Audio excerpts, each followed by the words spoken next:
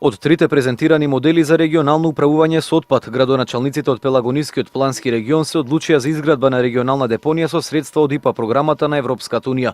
Главните носители на политиките и одлуките од регионов едногласно ја донесоа одлуката по долгата и комплексна расправа на која присуствуваше и министерот за животна средина Абдулаки Мадеми.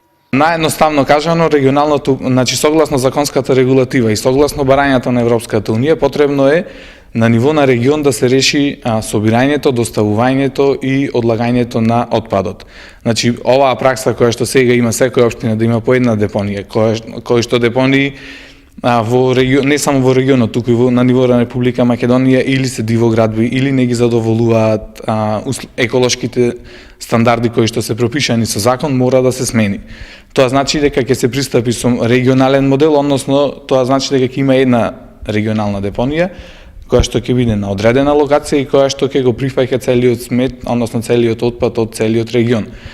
Тоа значи дека ќе треба да се сменат некои од работите од начините како сега функционира собирањето и одлагањето на отпад.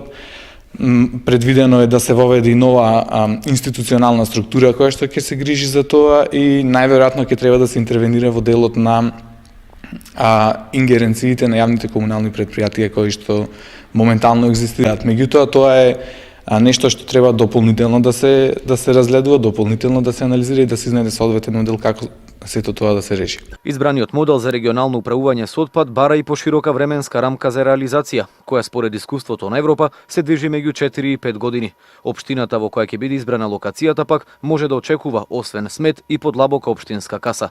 Во однос на локацијата, тоа е само еден од следните чекори кои што градоначалниците во идниот период ќе мора да го договорат. Оно што ја дава локацијата, условно кажано ја дава локацијата, сигурно дека има и некои повторно условно кажано бенефити во однос на плаќањето за депонијата и така натаму, меѓутоа сето тоа е предмет на договор во иднина.